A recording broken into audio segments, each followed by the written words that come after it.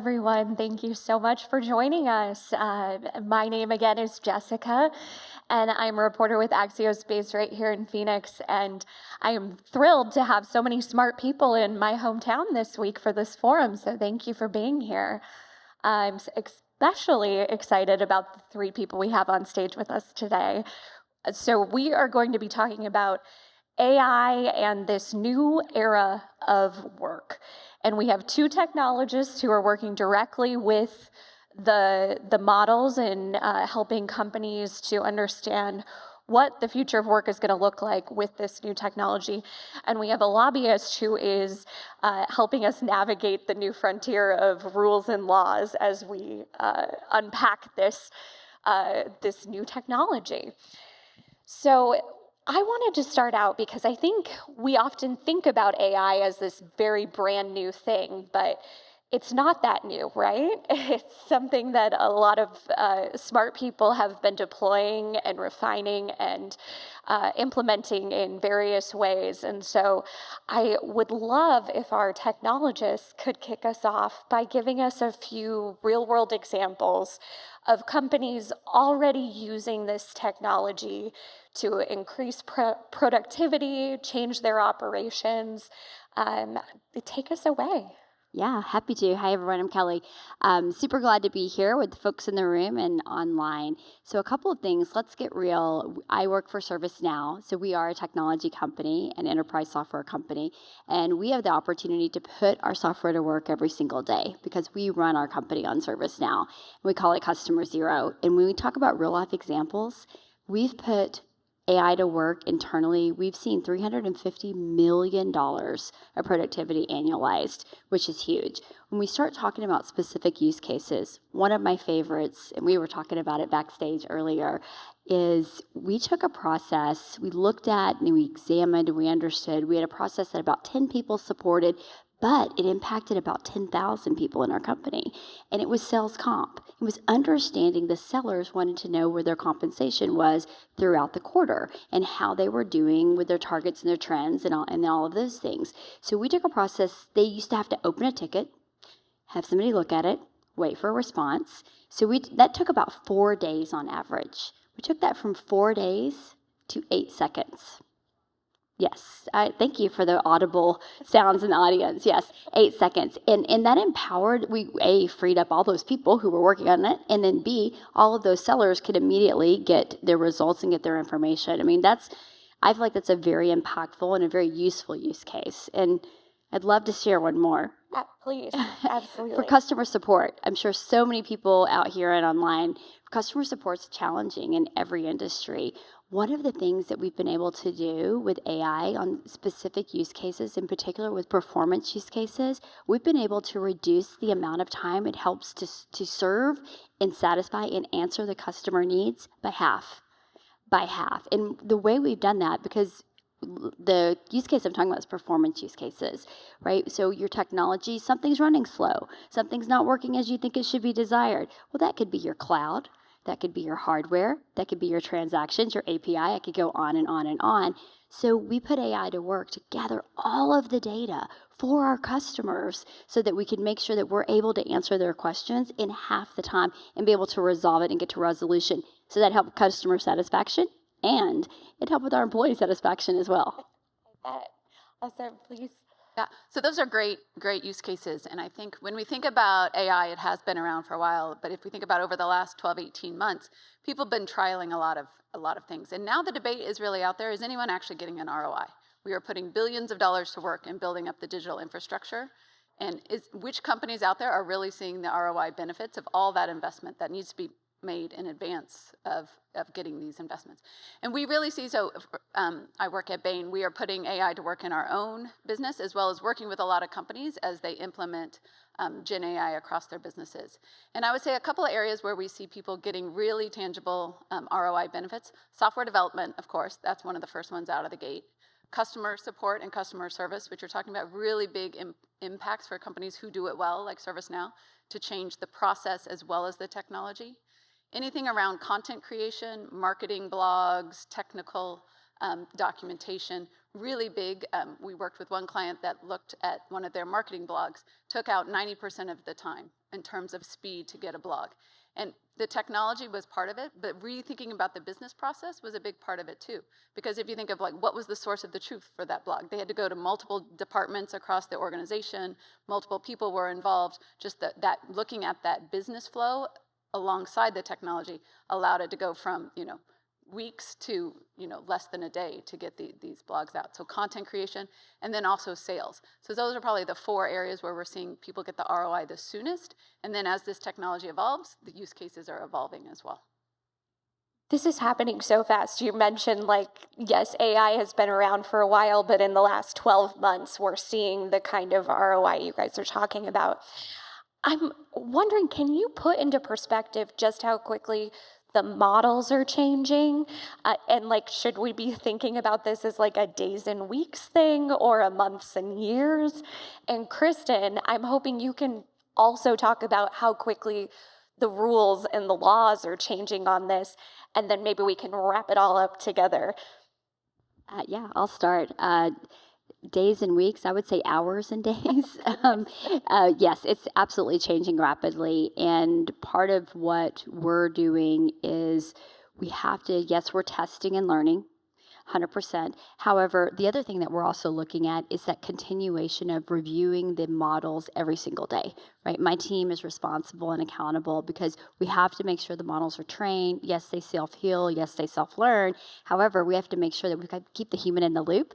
And we're talking about this again backstage earlier, right? How things evolve so quickly. You have to make sure the AI is on the proper path.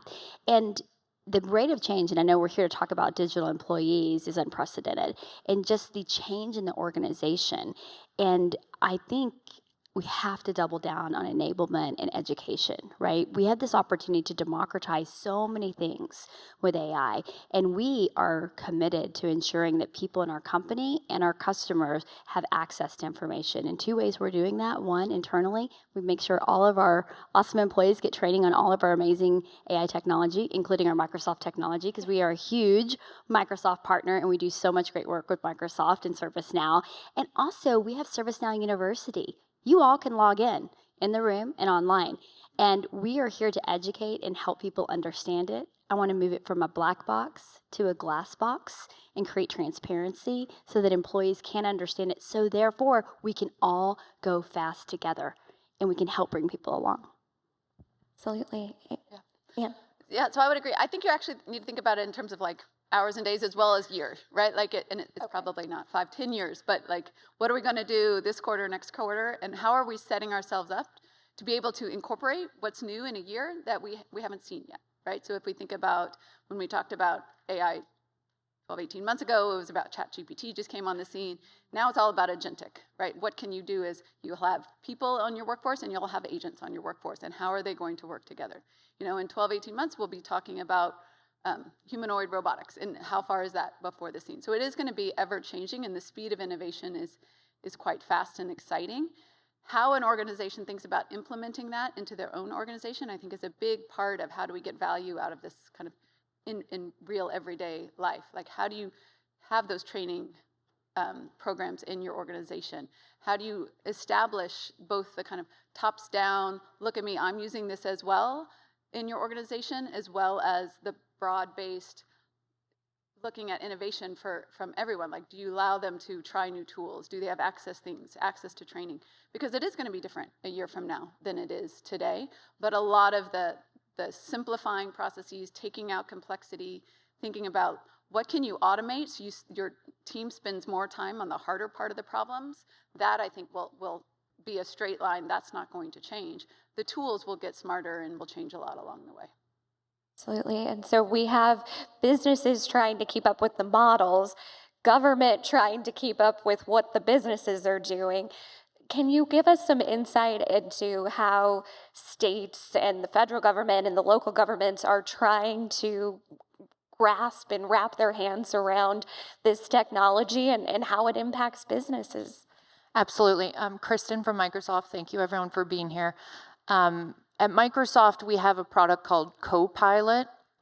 We have it named Copilot instead of Pilot because we want to reinforce that this is an assistant for jobs. One of the things we've talked a lot about is we want to ensure that we're not displacing the workforce. In 1969, there was an invention of the ATM machine, and there was significant fear from bank tellers and banks that this would displace their workforce completely. And while 75% of the big tellers at certain banks were added as a result of these ATMs because they were able to do so much work and produce so much money deposit quicker. So it's about efficiency and adding to the workforce, not displacing. So I want to say that that's something that I do talk with legislators about. I'm across the country speaking primarily in the state and local space, so with governors and mayors. Mayor Gallego is a wonderful person who's been very thoughtful and ahead of the curve as far as thinking of what's important for AI in the city of Phoenix and the greater Phoenix area. And I will say AI is not new. So when I talk to legislators and there's some excitement but also fear, I try to remind them, are you using Netflix at night? And is it suggesting shows to watch based on what you've previously watched? That's AI. Are you ordering groceries online on an app or on your computer? It's suggesting what you've purchased before. That's AI. So when you try to remind folks, especially elected officials, you're already utilizing this, I think that helps present a better overview and comfort level for them. But that being said, since 2023, there have been several states in which governors have introduced either executive orders on AI and or guidance or regulation suggestions for their states. And over the last 2 years, we've seen in 2024, there were over 400 AI bills. This legislative session, and at the state level, there are over 700 AI bills. And those can be broad. Those can be about how we regulate AI, putting guardrails up, as you talked about transparency being very important. How are we being responsible and thoughtful? And I know that this is something that the current White House and the previous White House have looked at, is what are ways in which we are being thoughtful about regulation, but not stifling innovation. And so states are looking at this, the federal government's looking at this. It's timely that this conference is this week and this panel is today, because just yesterday, the White House announced, they released information about the federal procurement and AI regulations that have been in place with the Office of Science and Technology Policy at the federal level. And this is a result of President Trump's executive order on January 23rd. So 3 days into office, he wrote an executive order on AI. And so now we have some guidelines for companies and for individual developers and innovators of what to do.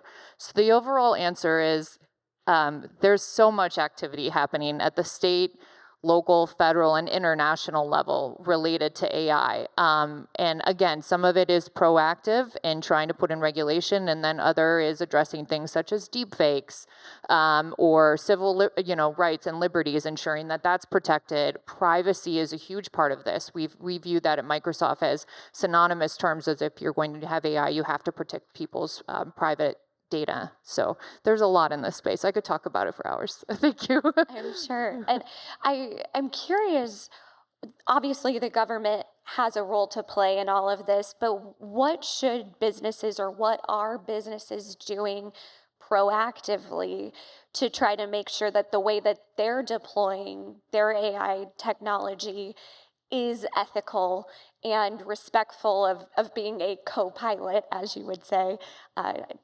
I'll start and then send it back to my lovely co-panelists. At Microsoft, we have an office called the Office of Responsible AI.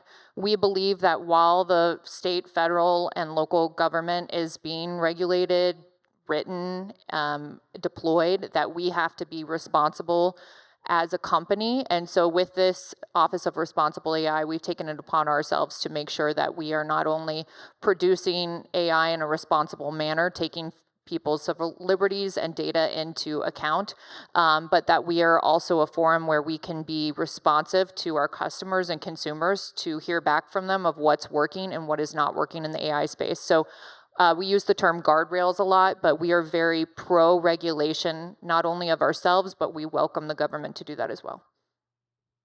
Yeah, and I would say when we look at companies who really are rolling out AI and getting a strong ROI out of it, you think about the organization internally of how are they doing it. And it tends to have a central pillar, like this needs to be a top-down transformation, as well as BU and business ownership. But usually that central pillar, part of what they think about is ethical AI. And it spans quite a few topics, right? Are we using it in a way that we're proud of as a company and aligns with what we're trying to achieve in terms of mission? Are we protecting our own IP, right? Because if you think of this, how do you make sure if you're using a model, what data sources is it feeding? Are we protecting the IP? Are we protecting our customers and potentially their data? And so usually when we think about the organizational aspect you need to have to unlock the value of AI, that central element, which really does have to have usually very tops-down focus and mandate to get things to change, because I would think of it as a business transformation with a big technology element. And part of that is kind of that core team pretty regularly having an ethical AI conversation. And we have found that companies that have that and use it as a central part of their change program end up with better outcomes because the employees feel better about it. Like they feel better about the AI that they're using, how it fits with their company, how it fits with their mission. I completely agree with Kristin and Ann, plus 1,000 to everything you all said. I would go and also say the private sector and the government sector and it has a responsibility to work together, and it has to be a partnership. We have tons of federal and local and state customers. We're very proud of all of them. We are IL5 and FedRAMP certified, of course, and so we treat data within their environments and maintain them, obviously, in the proper ways. But that also extends to things that we do, because we have an ethical group inside of our company that we make sure we're governing everything that we're doing. And again, we follow all the certifications for the government. However, we also give freedom in the framework, right? So to your point, right, Kristin, we give freedom within the framework so that we can meet our local, state, and federal customers and international customers where they are. It's so stinking important to make sure we're given that freedom in the framework. We have those guide rails or framework to make sure we're governing things as closely as possible. One thing that we also have, apart from our AI governance that we talked about and the ethical governance, we have an AI control tower. So we understand every use case in the company. We understand what the mechanics of it are. We understand what the use case looks like, the impact, the adoption, and the usage all in one place. And that really helps to drive continuity and clarity across our organization. That makes sense. One thing I wanted to drill in on, because I feel like as technologists, you are more comfortable with change than most humans. But as we're deploying this technology and employees who are maybe don't spend all of their days thinking about AI, are confronted with this idea that they live in a time of constant change now. I'm wondering how organizations can prepare their workforce, not just from a skill set point of view, but from a mindset point of view. How do we keep them trained on the latest models, but how do you also prepare them for the fact that things are going to change quickly, probably more quickly than they wish that they would? Yeah, 100%. One of the things I tell my team and when I talk to customers, we have to move from a place of excitement and fear with AI to excitement and empowerment. And people, we talked about this when we first met. People think they're cheating if they're using AI. I'm like, you're not. Right? Would you think you're cheating if you're using a hammer to hammer a nail versus a rock? No, of course not. Right? It's a tool. It's a capability. Use it. Right? Now, use it responsibly and ethically and within your customer and your government. and with your company's framework, of course. But people need to be able to experiment, understand it, and use it. And for me, I talked about moving things from a black box to a glass box. I believe transparency is so important. We can create transparency, we can democratize information, which is good for everyone, and we can teach and learn new skill sets. So we're seeing our employees, we get rid of the soul-crushing task that take tons of time. And then, like you said earlier, Anne, it allows them to do the harder, more complicated tasks that help empower and enable the business. And, creating that space, education, and empowerment for our employees is absolutely key to success. And I do think, to add on to that, it is a recognition that things are going to change. It's not going to change overnight, right? This isn't a magic tool that you can drop in and everything perfectly. You hit the easy button and it just works, right? There will be an evolution of how these tools are used. They will get smarter. We'll get smarter at using them. Business processes will change. But I think, how do you think right now, it's like, what are the skill sets you currently have, and how do you think they're going to evolve? Like, taking that organization-wide view, really future back. So if we think these tools are going to be doing this type of task for us, we're going to have these agents, what skills are we going to need 3 years down the road? How does that impact who we're hiring today?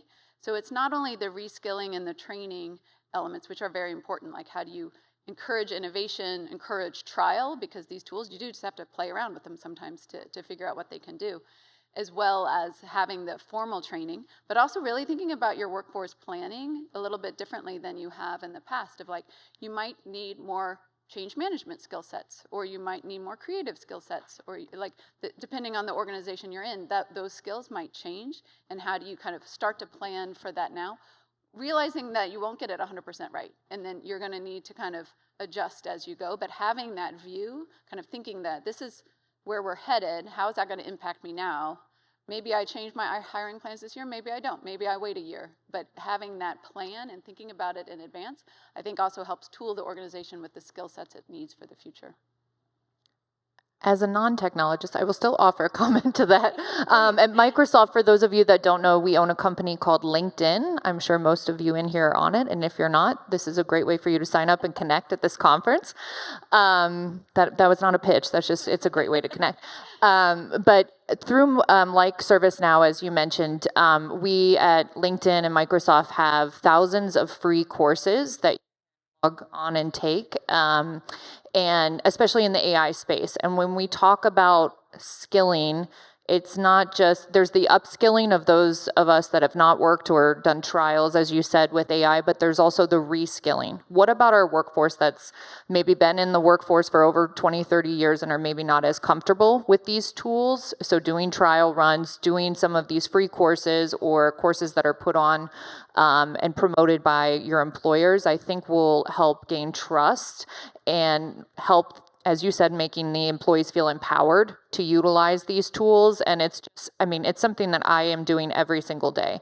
I don't feel like I'm cheating, but I definitely feel a lot smarter every day, helping me write prompts, or if I need to look up legislative statutes for something that I'm doing. It saves so much time, so then you can put the time back into doing other work tasks.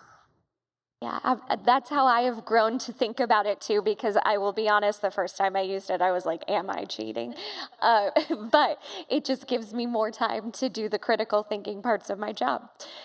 Kristin, I wonder, is there room for government and elected officials to be involved in prompting this upskilling, retraining? Is that already happening? So at Microsoft, we have the Microsoft AI Skilling Initiative, where we're partnered with state, local, and federal governments, educators, school systems to ensure, and also the trades. I don't think we talk enough about the trades. The president of my company, Brad Smith, recently came out with a news article last week talking about how America has a great need for more electricians and how skilling is important in that. And so when we talk about all of these workforces or government entities, yes, we are trying to do what we can to partner, offer free skilling, other training that we can. Additionally, I think as we look at this space, you both had mentioned the importance of the private-public partnership. No individual legislator, governor, elected official is going to know everything about AI, and we, working for technology companies, are not going to know everything about AI. So it's the partnership together, working together. A lot of these states are introducing AI task forces where they're public-private partnerships of, you're hearing from both on the task force, whether it'll be cabinet members from a governor's office, legislators, or technology companies, educators, researchers. And we're working together to ensure that we have a thoughtful approach in the way that we're thinking of this. So I definitely think there's an opportunity to continue to partner with government. And something we talked about earlier was how companies can make sure that they are taking the time saved or the money saved through the deployment of AI and actually capitalizing and not just saying, oh, great, we saved some time and then poof, what's next? How should we be keeping track of this ROI and making sure that it is appropriately reinvested? Yeah, it's a great question. And one thing we've seen with a lot of companies who are somewhat skeptical about the benefits they're getting from Gen AI is what they'll say is, I've done a lot of pilots. The pilots are great, but I get a lot of micro productivity. I will save a little bit of time across a lot of people, or a little bit of time across a few number of people, and I can't scale it. And that, I think, is feeding a lot of the debate right now on, are we even going to get an ROI out of this? Are we putting all of the $1 billion in this digital infrastructure, and we're not going to really see the ROI? So we have found that to really scale is actually more challenging than to pilot, right? Because you have to, the pilots gives you great information around what is possibly a good use case, what would hold, what gives good potential savings or better speed or better quality or a new feature. But then how do you scale it up is a much more cross-functional effort. It's a much bigger effort that has to be much more of a kind of, again, a business transformation, not a technology transformation. So what we found is the companies who do it well, like a ServiceNow or, of course, Microsoft, who have this embedded, you do need that combination of a central ownership to understand everything we're doing and business level ownership, because we found a lot of times 2/3 of the value is just pure business transformation. Let's go in and re-look at how our business processes are run, which groups are involved, who makes the decision, what's our data source, do we have a single source of truth on the, do we even know what our single source of truth on the data source is? It's things that companies have been doing for years, but doing it with an AI lens of what can we automate, what can we have done differently, that the tool almost brings, like, call it 1/3 of the value, and the business transformation is 2/3 of the value. So if you don't have that business transformation piece, you can end up in this doing too many like small sparks, but no real big campfire to get around. Oh, wow. That is so true. And it rings true for me as we work with all of our internal folks as well. Because you think about it, you've got an HR service desk, or you got a GBS service desk, you got a financial one, you've got a tech one, you've got this, you've got that. And so what we're doing, to your point, Ann, is looking across the commonalities. Okay, we need to create agentic AI for service desk to ultimately get to digital employees, because that's where we want to go. And then how do we look at all the commonalities of those things? And to your point also, making sure the business units, right, have the verticalization they need to get their work done. So you have to have the common framework, the verticalization knowledge and expertise built in there. And then to Ann's point, you can't just have the micro, because we have to make sure that we're applying that back to our workforce plan. So we're triangulating all of those points and activating internally, because we sell all this amazing AI software to amazing customers. And so it's our obligation, I will say, we have to be accountable and responsible to show how we're doing this awesome transformation internally with AI. And to Ann's point, absolutely. It is not just the tech movement. It's led by tech, yes, but it's a total transformation. And you have to reimagine how the work is done. Don't automate the old. Don't just lift and shift the past. Don't do that. No, reimagine the work and create something new with this amazing foundation. Yeah, and we were working with one company, and they had given GitHub Copilot, amazing tool, to all their software developers, and they were like, everyone loves it, but we're not seeing any time savings. And then we went and really looked at it. Turns out all their software developers were spending like 60% of their time in meetings, and not, like, they weren't coding. So you can't get a big cost savings if what you're applying the savings to is actually a small fraction of an employee's time, because they're doing all these other things they need, because the business processes add complexity over time, and you need to step back and kind of zero base and say, what do we really need these people to be doing? Who should have the decision? What should be our single source of data? And then we can apply these tools, and the savings rates are impressive.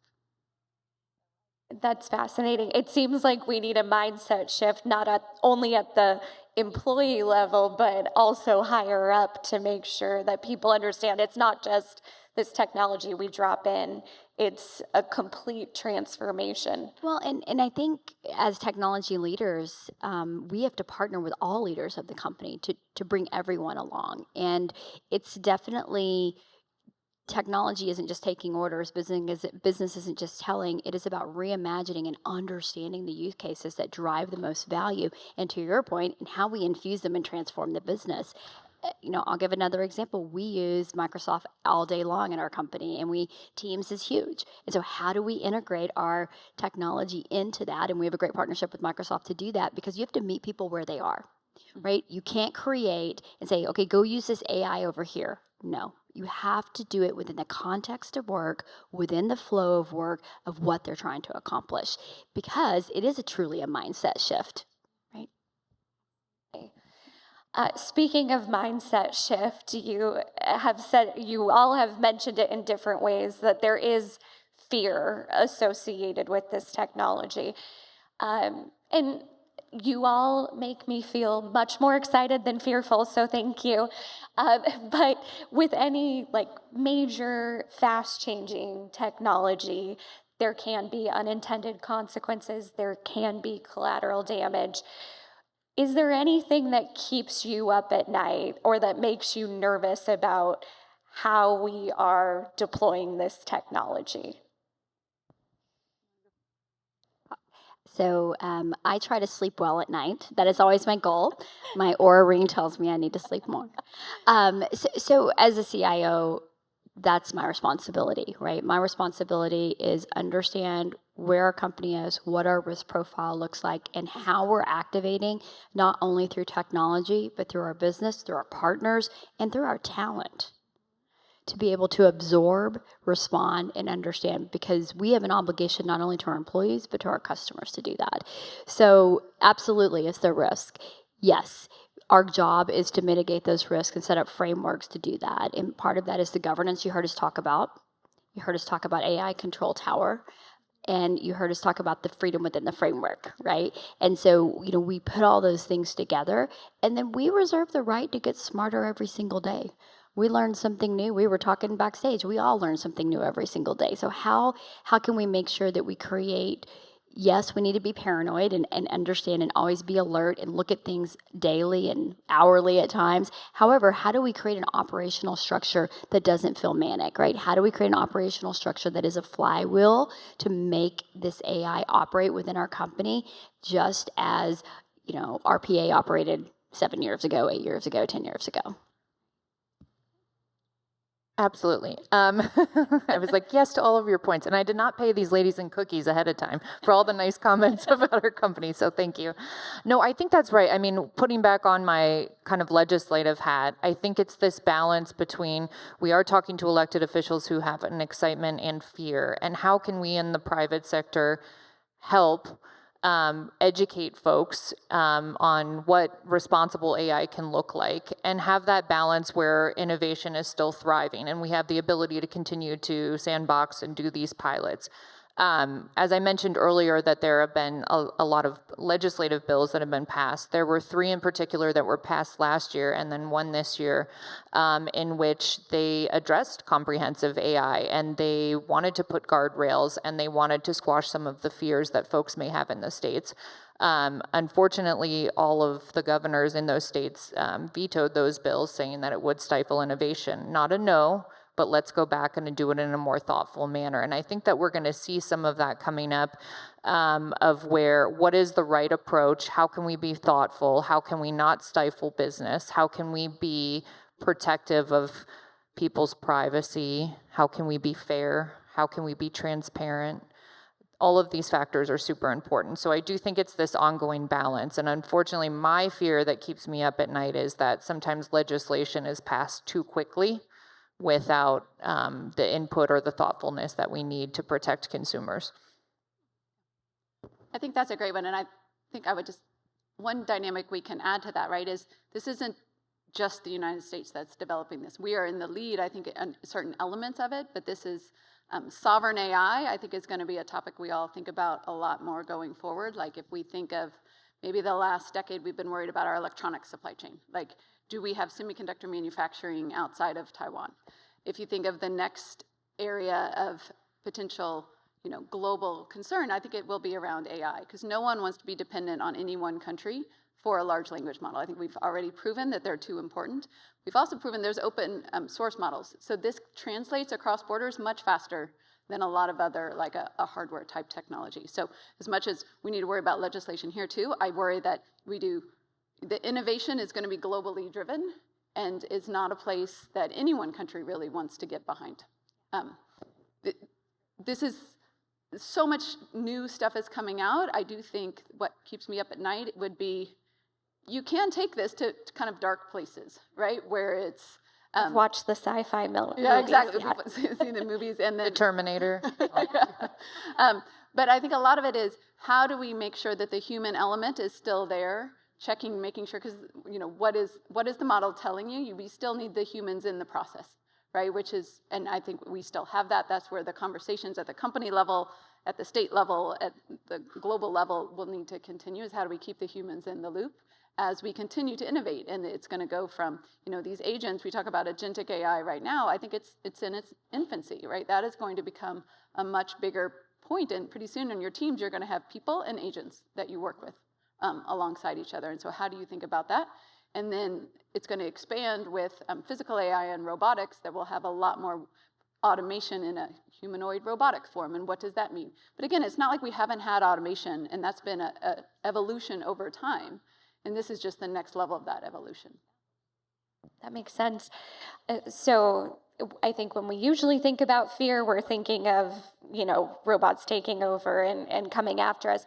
But you raised good points about the fear of not moving fast enough, or not having, American-made or developed control over these models. Is there concern from individual perspective and a macro perspective that if you don't move fast enough, you are going to put your business and potentially the economy at risk? For us, we believe keeping pace with the technology is paramount. We absolutely have to. And we absolutely will move fast. We will not move fast recklessly. We will make sure we're being ethical. I completely agree with Anne, human in the loop, and making sure we can scale that, right? So I think we're all still trying to figure some things out. But yes, I think speed, pace, and understanding, and what Kristin and Anne mentioned of making sure we're following the policies with the humanization of it, right? And understanding that we're keeping our people in the loop is really important. And speed is super key. And I don't see it slowing down. I really don't. And I tried to get there, but I don't see it slowing down. I think we continue, the models are getting smarter, they're learning. I mean, we're going to have robots cleaning your house in the next 3 years. Back to the Jetsons, right? Yeah. Totally. It's all come full circle, yeah. Oh my gosh. Hey, I'm excited about that. Yeah, I was going to say, that's go do those dishes. Some of the tasks you want eliminated. Heck yeah. Yes, Yeah, I think that'd be wonderful. Oh my gosh. Yeah, I think cleaning the house would be a good one. Kristin, are there any, you mentioned the government policies that concern you about them being passed too quickly and without thorough thought. What are you watching right now, trend-wise, across the United States that either has you nervous or has you excited? Excited is something I already mentioned about having these task forces where we have some of our partners on stage, Microsoft and other companies, able to come to the table with elected officials, with legislators, governors, and able to really weigh in of what we're seeing and how we can be helpful. So I'm very excited about the future through these AI task forces. Also at Microsoft, we're heavily involved in education. I think AI has a wonderful opportunity to transform and enhance the classroom and really have a more collaborative approach in the way that children are learning. And from the research component at universities, that makes me excited as well. So there is legislation, thankfully, that we are seeing that provides this opportunity for growth. And again, as this is a rapid pace movement that's happening with AI, I do have some fears about the speed in which things are passed. the good news is that for states and or at the federal government that do pass something is you can always come back and pass a law to change it. And it's just going to be a fact. They're going to have to, over the next couple years, months, continue to update things as this technology evolves. But it's, as you mentioned, staying up with the pace of it and being continuously involved. So as my fear is, it can be, minimized a little bit or mitigated to a degree as long as I know that there's an open opportunity to make legislative changes in the future, which is good. And for some of these states in the country, they only have a 30 or 60-day legislative session. That's not enough time to really look at AI. So I am thankful with these task forces that they can meet in the summer or off session to try to talk through what we're seeing, what we're doing. So at Axios, one of our favorite questions is, what's next? And so I think with this technology especially, we're going to take down the timeline of what's next to not 5 or 10 years, but maybe the next year. But I would love for each of you to tell me what you've got your eyes on, what you think is next. Yeah, you bet. Well, I've already thrown out robots, so I think that really is coming. It's out there. Two things. One thing, my daughter, I talked to her today, and she's like, Mom, they're changing counting as her minor. She's like, they're changing it to a STEM framework. And I'm like, that's so interesting. She's like, what do you think? I was like, I think that's right. You think about it, it's big data, it's analyzing, it's pulling information together. So it's penetrating everything that we're doing. So we're going to see this transformation in things that we thought were more traditional roles to AI. So I think that is going to happen. And like I said, I talked to my daughter this morning, and she was talking about this transformation. The other thing, and Anne mentioned it, you're going to see digital employees on your org charts, mark my words. And we some of the things that we're working on and some things I'm seeing out there is not just creating agents for different tasks and roles, but creating agents as your partner, as your co-pilot, right? As someone you're collaborating with, having a conversation with, getting your daily work done. And those are going to start infusing into the org charts of companies. And you're going to have a team that's made up of human beings and also digital employees. That will be in the next 18 months, absolutely. Yeah, I would just build on this. I think if we think the next year is still going to be the evolution of agentic. I think we're in the very early stages of having these agents that can do multifaceted tasks, be part of our workforce, be part of how we book travel, part of our daily lives. So I'm still really eager to see how that plays out. And it has really big impacts on how we run a team. It's going to have impacts on how companies price a product. Any service industry, software industry that has any kind of per seat or per person pricing model, once you have a digital agent in there, you need to rethink kind of the pricing model. So I think it's going to have a very big impact on how we think about work. And as you said before, like companies they feel like they're getting behind. Like if you don't keep up with some of those trends, you could end up really impacting your own profitability if you don't change your pricing model along with how you're changing your work. So I think that is a trend that we're still in the very early days of, really seeing that full impact.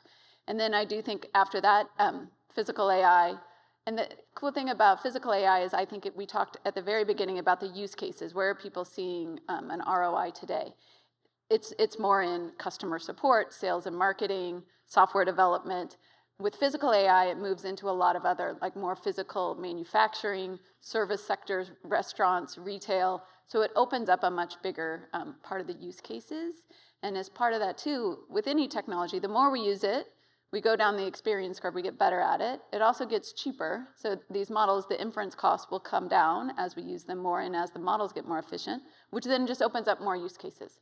So we're going to incredibly see this more and more use cases coming up that we haven't thought of yet, because it becomes cheaper to actually use these tools as they get better. I have 3 things, but I'll be quick. Kellie hit the nail on the head of one of the things I was going to mention is we are now seeing across the country in community college and 4-year universities AI degrees. We're seeing AI minors, and we're seeing AI certification showing up, as I mentioned, on LinkedIn, on some of your profiles, resumes. So this next wave of generation of our employee workforce is going to be AI skilled. So that's new and exciting and something we're seeing. At Microsoft, we really like to think about AI broader than just in the technology or workforce. We're partnered with 4-H and FFA, and we think that there's a great way to partner AI in some alternative options, such as with 4-H in the farming community and helping teach young farmers how to more efficiently skill and farm or interact with livestock. Here in Arizona, Microsoft has multiple data centers, and we're utilizing AI today to help with our water production and water saving, finding ways in which we can be more efficient and put the water back into what is a water deficit state at this point.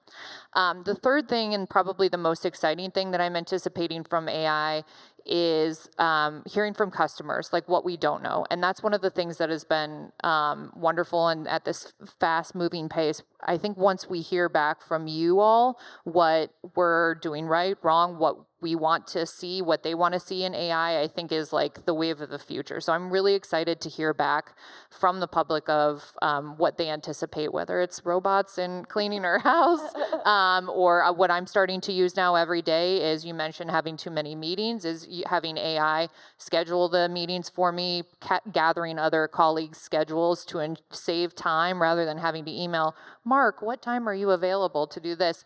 You can have AI schedule things for you. And so just making a more efficient workplace, I'm really excited for, but I think this is like a very open forum to what that'll look like.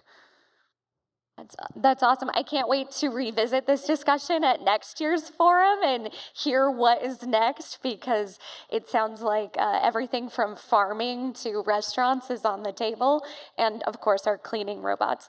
But thank you all so much for such a great discussion. I hope you all took away something from it and are ready to get to work on revolutionizing the workforce. So thank you.